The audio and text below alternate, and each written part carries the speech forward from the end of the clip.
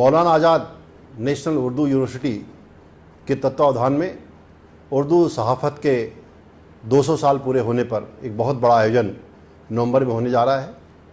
इस आयोजन में भारतीय जनसंचार संस्थान, इंस्टीट्यूट ऑफ मास कम्युनिकेशन सहभागी है।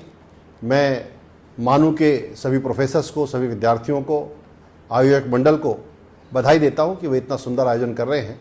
और उर्दू पत्रकारिता ने एक बहुत बड़ा योगदान हमारी आज़ादी की लड़ाई में दिया है।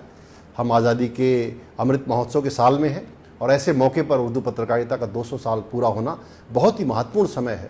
मैं इस मौके पर उर्दू सहाफ़ियों को, उर्दू के राइटर्स को, उर्दू के स्टूडेंट्स को, रिसर्चर्स को, सबको बधाई देता हूं कि हम एक बड़ी सुंदर भाषा, एक बड़ी प्रेममय भाषा जिसने आज़ादी के आंदोलन से लेकर के देश के नवनिर्माण में अपना योगदान दिया है, उसको लेकर के हम एक बहुत बड़ा विमर्श आयोजित कर रहे हैं और हम सब इस आयोजन में शामिल होकर के अत्यंत प्रसन्नता का अनुभव करेंगे। धन्यवाद। जय हिंद।